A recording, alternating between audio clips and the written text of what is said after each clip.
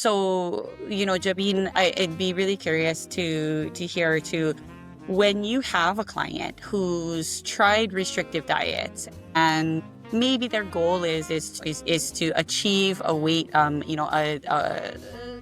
loss, or they want to get to a certain target in their life. How do you approach their weight goals? What do you work with them on, right? What's your philosophy? So the first thing I would tell them is, you're not broken. You don't need fixing. You don't need another restrictive diet. You don't need another rigid routine. What you need is this personalized care. Just as I was talking about the lab works, right? I ask them on their symptoms, because they could have the perfect nutrition. They could have the perfect exercise routine. But if they're not sleeping, if they're not managing their stress levels, we spoke about cortisol briefly earlier, right? They're not going to get healthier. They're going to blame their belly fat and cravings on lack of discipline, right?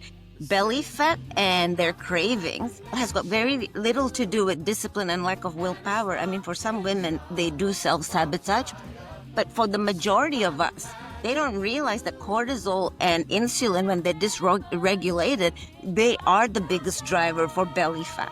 They are the biggest driver for their cravings, which then makes them put on all the weight. So I need to really understand what their lifestyle is, their full picture. My cornerstones, to answer your question without me getting sidetracked, is personalization in their nutrition, in their supplementation, in their workouts. But again, it's not just willy-nilly. I need to get their lab works first so I can integrate it, and understanding that it's going to be volatile.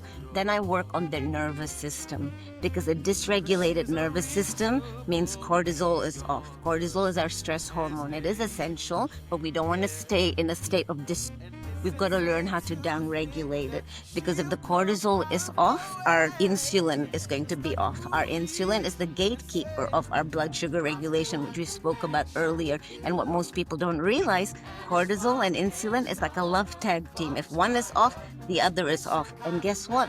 There's a third silent victim that people don't talk about.